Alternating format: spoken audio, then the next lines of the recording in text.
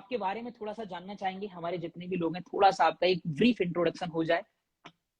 Brief introduction वही है sir, technical background 2004 to 2008 जो बैच है इंजीनियरिंग का, उसमें आईपी यूनिवर्सिटी से मैंने इंजीनियरिंग को परसू किया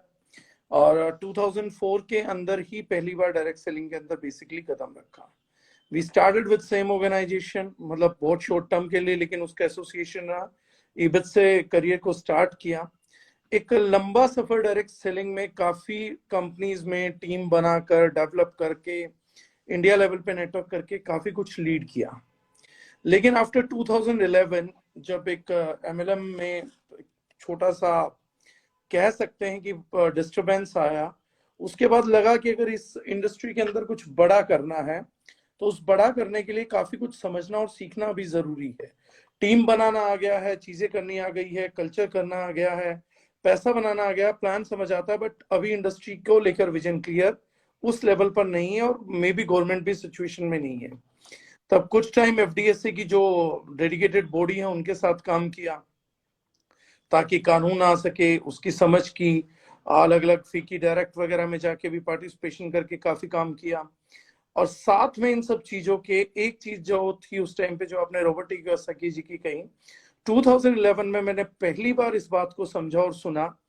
कि बिजनेस जो भी होता है उसका मतलब है लास्ट में समाज सेवा होनी चाहिए। और उन्होंने उस सेशन में एक और बहुत ब्रीफ बात किया कि अगर आपको ये देखना है कि आपका बिजनेस किस लायक है, या लायक है भी या नहीं है, बड़ा होगा या नहीं होगा, स्केल अप होगा या नहीं होगा, तो उन्होंने कहा इस चीज को एनालाइज करिए कि आपकी ऑर्गेनाइजेशन के आने से पहले आपकी सोसाइटी, जिस सोसाइटी में आपने काम किया, प्रोडक्ट बेचा है, उसमें सर्विस बेची है, कुछ भी किया है आपने, आपकी ऑर्गेनाइजेशन से पहले और आपकी ऑर्गेनाइजेशन के आने के बाद उन दोनों चीजों में क्या अंतर आया है। अगर वो अंतर पॉजिटिव में है, वो सोसाइटी को कंट्रीब्यूट कर रहा है, वो ह्यूमैनिटी को कंट्रीब्यूट कर रहा है, तो you are doing a good business. और अगर वो सोसाइटी को कंट्रीब्यूट ना करके केवल आपको कंट्रीब्यूट कर रहा है, दैट्स ए नेगेटिव बिजनेस। वो अगर आज है भी तो कल नहीं रहेगा। ये चीज उस टाइम पे बहुत क्लियर हो गई और मुझे लगा कि डायरेक्ट सेलिंग में ऐसी ही किसी चीज की या सोच की मैं तलाश में था कि जो काम हमने इतना सा किया इतने टाइम में, हमें कोई ऐसा काम करना पड़ जाए कि जिसमें ह्यूमैनिटी का फायदा हो, सोसाइटी का, हर एक व्यक्ति का फायदा हो, तो वो तो हम आग लगा के कर सकते हैं। अगर 3-3 साल में, 2-2 साल में 10-10 लाख लोगों का नेटवर्क हमने क्रिएट किया है इस चीज के, इस विजन के साथ कि फाइनेंशियल एस्पेक्ट्स बेटर हो जाएंगे,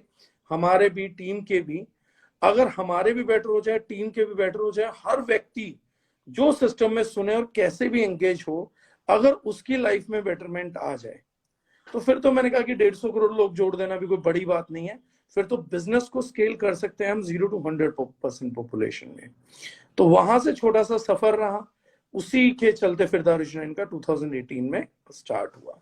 कंपनी को हम लोगों ने फाउंड किया।